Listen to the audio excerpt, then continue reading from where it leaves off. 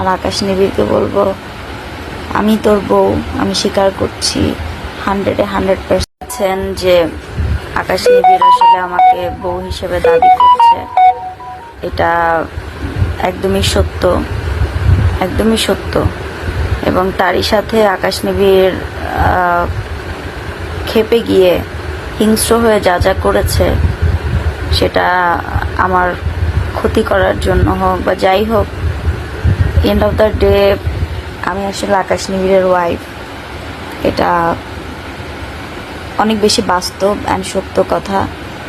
এবং রাসেল মিয়াকেও ডিভোর্স পাঠানো হয়েছে অনেক দিন আগে। অলমোস্ট রাসেল মিয়াকে ডিভোর্স লেটার পাঠানো হয়েছে 4 থেকে 5 মাস, তারও ঊর্ধ্বে হবে আগে। সেটাও রাসেল মিয়ার হাতে হয়তো ডাকঘরের মাধ্যমে পৌঁছে গেছে কিনা জানি না, সেটারও কাগজ আছে। আর এদিকে আকাশ নিবিড় যে এলিগেশনগুলো এনেছে প্রতিটাই সত্য, কোনোটাই মিথ্যে না।